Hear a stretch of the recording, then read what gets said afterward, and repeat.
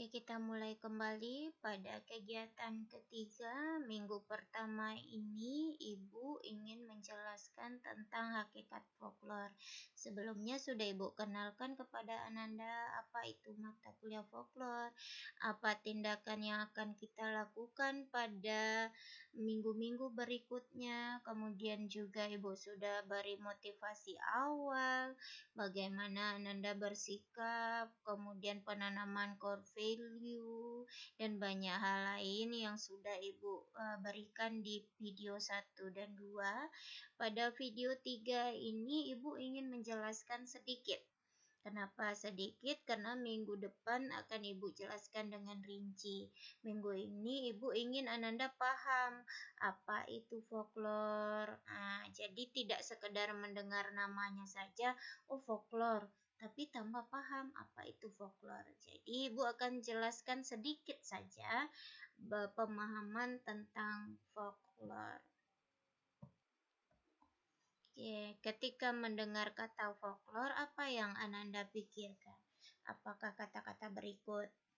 Bahwa folklore itu adalah bahasa asing.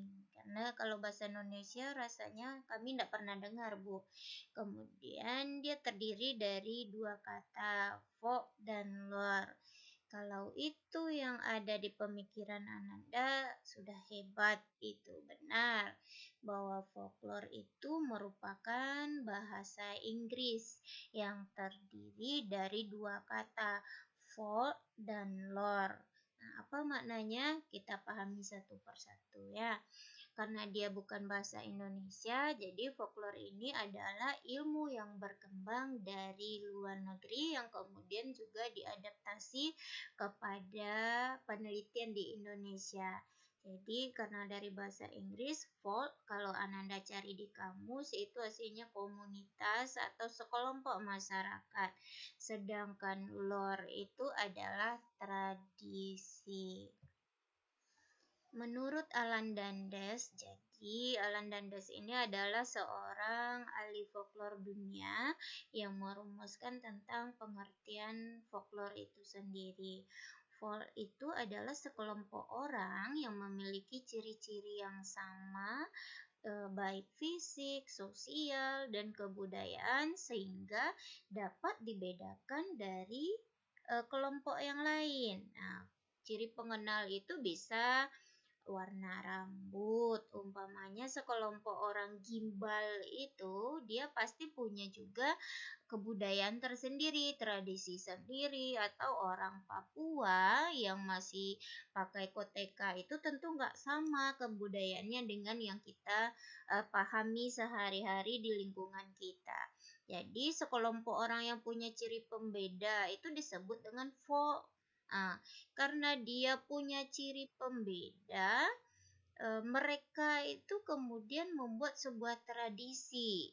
Tradisi baru disebut tradisi jika dia sudah diwariskan. Berapa kali pewarisan yang harusnya minimal 2 generasi. Contohnya begini, kalau hari ini Ananda kan suka membuat kata-kata baru atau istilah-istilah yang hanya dipahami oleh generasi Z ini. Tapi apakah itu tradisi? Di dalam pengertian folklore belum, jika belum diwariskan oleh 2 generasi. Generasi itu hidup satu generasi itu anggap 100 tahun, berarti harus hidup 200 tahun. Jadi sudah bisa Ananda bayangkan folklore itu adalah sekelompok orang yang mempertahankan tradisinya itu sudah sangat lama. Jadi sudah turun-temurun. Apa yang Ananda pikirkan tentang hal itu?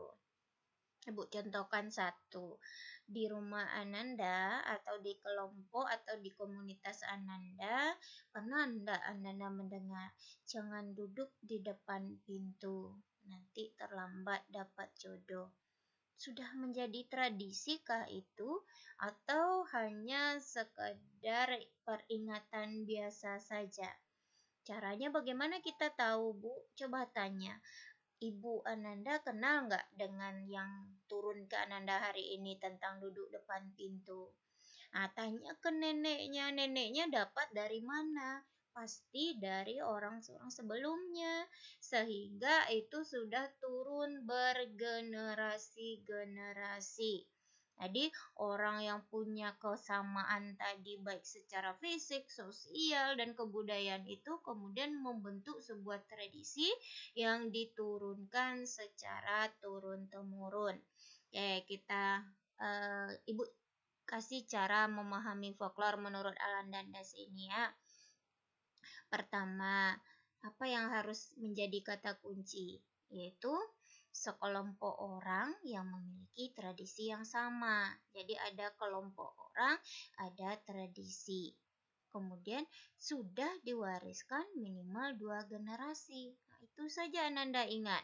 3 kata itu atau 3 frasa itu kemudian akan Ananda kembangkan sendiri. Boleh nanti penjelasannya berdasarkan pemahaman Ananda. Yang penting mengandung 3 hal tersebut. Kalau secara sederhana, folk itu adalah kolektif masyarakat. Sedangkan lore itu tradisi yang dimiliki oleh folk. Jadi folklore adalah sekelompok masyarakat yang memiliki tradisi yang sama yang sudah diturunkan bergenerasi-generasi.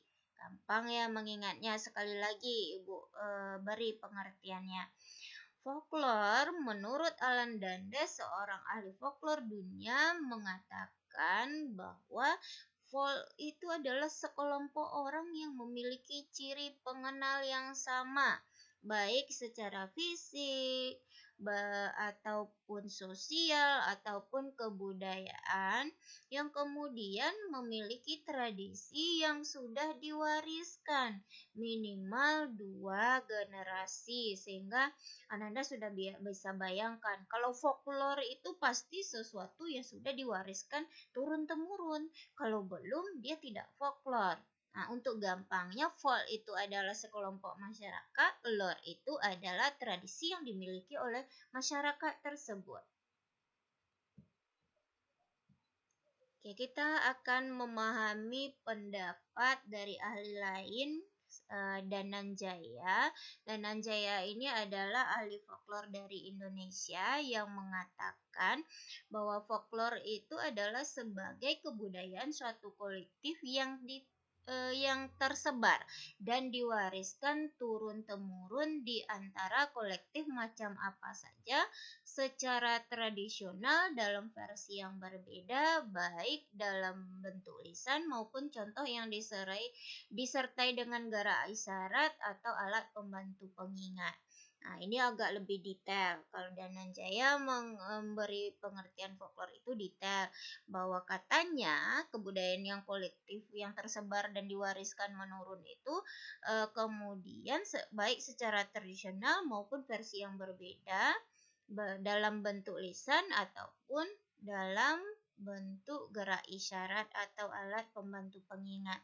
Tapi ingat, coba Anda lihat, Dananjaya ini sebenarnya juga merujuk pendapat John Harold Brunfen sama kemudian Alan Dandes itu. Intinya di sana juga ada bahwa folklore itu kebudayaan suatu kolektif.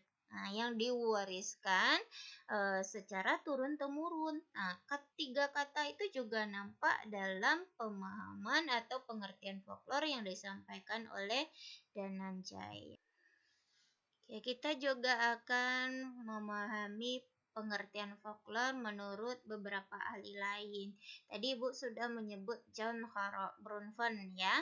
Ini mengatakan folklore might be defined as those material in culture that circulate traditionally among members of any group in different version, whether is oral or by mean customary example. Jadi tadi Dananjaya itu mengambil persis sama dengan pendapat Brunfen bahwa folklore itu adalah tradisi yang sudah diturunkan secara turun-temurun, baik dalam bentuk lisan maupun dibantu gerak isyarat. Nah, jadi ini garis besar pengertian juga yang disampaikan oleh Dananjaya. Sedangkan menurut Jamaris, folklor merupakan cabang ilmu antropologi. Melalui penelitian folklor dapat dilihat bahwa kebudayaan sebelumnya ada pengaruh asing seperti kepercayaan, pandangan hidup, adat istiadat, dan cara berpikir masyarakat itu. Jika kita melihat pengertian Jamaris, beliau atau ahli ini percaya bahwa segala bentuk tradisi yang diturunkan ke kita hari ini ada sumbangsi pengaruh asing. Kenapa demikian? Karena kita dulu pernah dijajah oleh Jepang, oleh Belanda, kemudian ada juga interaksi dengan Prancis.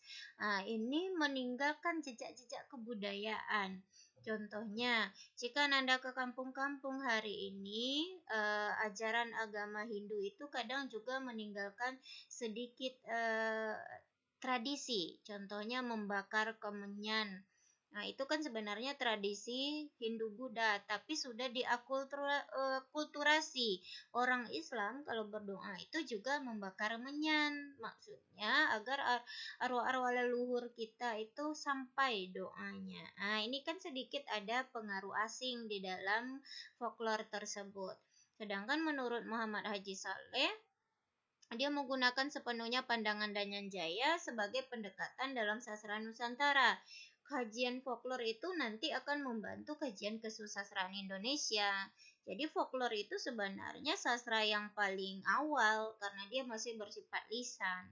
Seperti cerita Malin Kundang itu kan juga bagian dari sastra lisan. Nah, nanti minggu depan Ibu akan jelaskan apa bedanya sastra lisan, folklore. Apakah duanya sama? Apakah berbeda? Kita akan bahas nanti di minggu depan. Pengertian para ahli ini memberi gambaran bahwa folklore adalah sesuatu yang harus kita pahami dengan baik karena masih berkembang dan hidup di tengah kita. Oke, setelah kita pahami tadi folklore itu apa, sekarang kita mau mengenal ini folklore itu apa sih ciri pengenal utamanya sehingga dia disebut folklore. Ini sebenarnya dasar. Ibu juga akan nanti jelaskan lebih umum di minggu depan, tapi Ibu akan ambil gambaran besarnya saja. Ciri pengenal utama folklore itu yang pertama dia pewarisannya secara lisan. Apa bentuknya? Contohnya begini, cerita Malin Kundang itu Ananda dengarkan dari orang lain atau Ananda kemudian baca.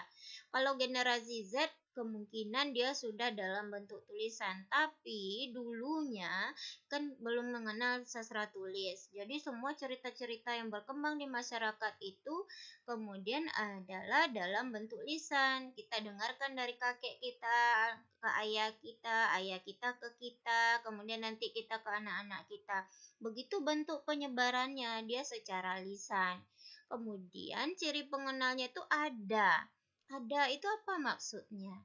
Begini, ketika Ananda sudah disebut orang modern, kemudian Ananda karena hidup di lingkungan folklore yang masih sangat kuat, ada enggak Ananda pernah mendengar kata jangan duduk di atas bantal nanti bisulan. Nah, tanpa sadar ketika Ananda di lingkungan manapun, begitu mau duduk di atas bantal, Ananda harus langsung ingat, wah jangan, nanti saya bisulan. Itu yang disebut dengan ada. Dia mewarisi Ananda tanpa sadar. Ananda menjadi bagian dari folklore itu sendiri. Nah, kemudian dia milik bersama. Kenapa milik bersama? Contohnya cerita Malin Kundang. Tidak ada tuh cerita Malin Kundang by Samsiarni. Tidak, Malin Kundang itu cerita rakyat Minangkabau. Cerita tentang seorang anak yang durhaka kepada ibunya lalu dikutuk oleh sang ibu jadi batu. Nah, selesai. Tidak ada milik siapapun, itu milik bersama. Kemudian dia bersifat tradisional.